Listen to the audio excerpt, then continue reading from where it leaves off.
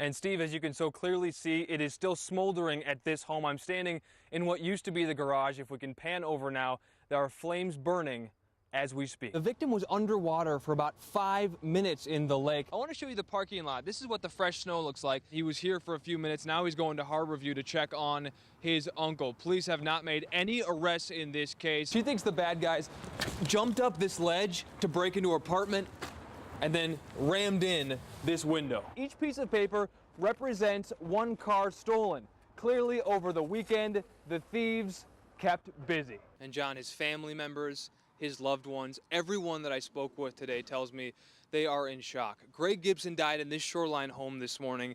You know, firefighters arrived just after 5 a.m., and by the time they were able to get Greg Gibson, it was too late. This is a very tight, winding dirt road outside of Twisp. You can see where all the fire moved through. And in orange here, presumably where their vehicle went off the road, those 3 firefighters memorialized with American flags. Make no mistake, they were doing great work. Up this charred hillside, you can see that one home still stands, and if we actually pan around through more charred, blackened hillside, another home stands as well. Lindsay, I'm standing at what would have been the backyard of Gladys and Robert Reeves' home. You can take a look at the aftermath here. We're told this home burned about 8 o'clock last night. And I want to give you a sense of place as well, because really it has been smoky and windy all day here in Malott, one of many communities that has suffered damage, and the fire continues to burn. Sirens blast, calling for firefighters near the town of Malott. It's just unbelievable. A town of hundreds in Okanagan County, choked with smoke and worried after fire destroyed homes like this one last night. It's really heart-wrenching. It's, for me, I cried a lot. This is absolutely crazy. Take a look at what fire did to this power pole near the side of the road. You can see it's essentially decapitated and blackened. It's one example of why an official told me power in the area might not be restored for a month. And I've never seen the fires where it's around so many towns at once.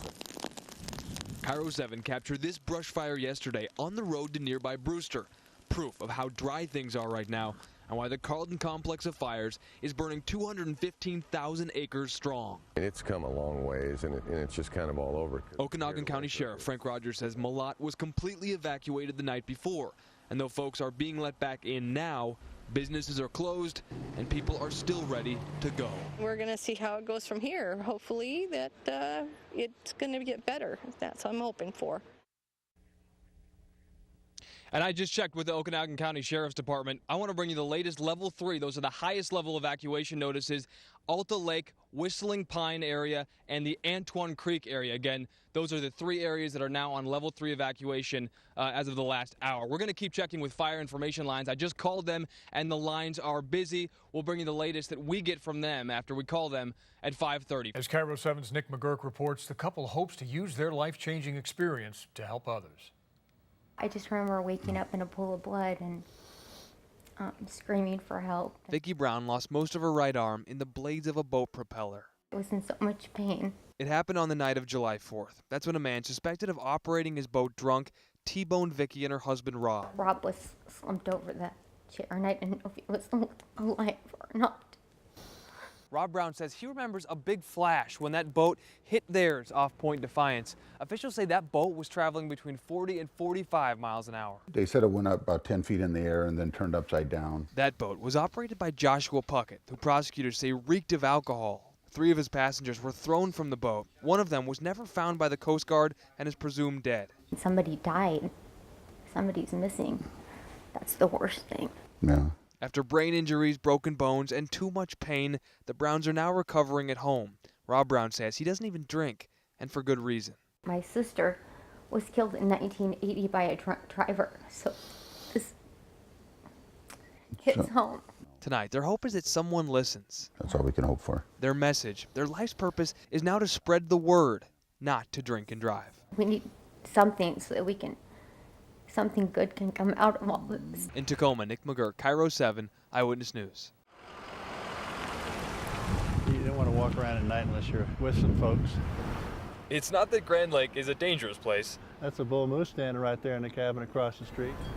It's just He's the one that comes by every morning. It's just that recently a stranger has been roaming this neighborhood. He's not too shy. Shy, he is not. There's 2 things he wants to do. and one of them is eat. To understand what the other thing is to see this moose statue. It was installed in front of this house less than a week ago. Well, this has only been up since last Monday. And it's not just the neighbors who have taken notice. The strange thing is you're trying to mate with a statue.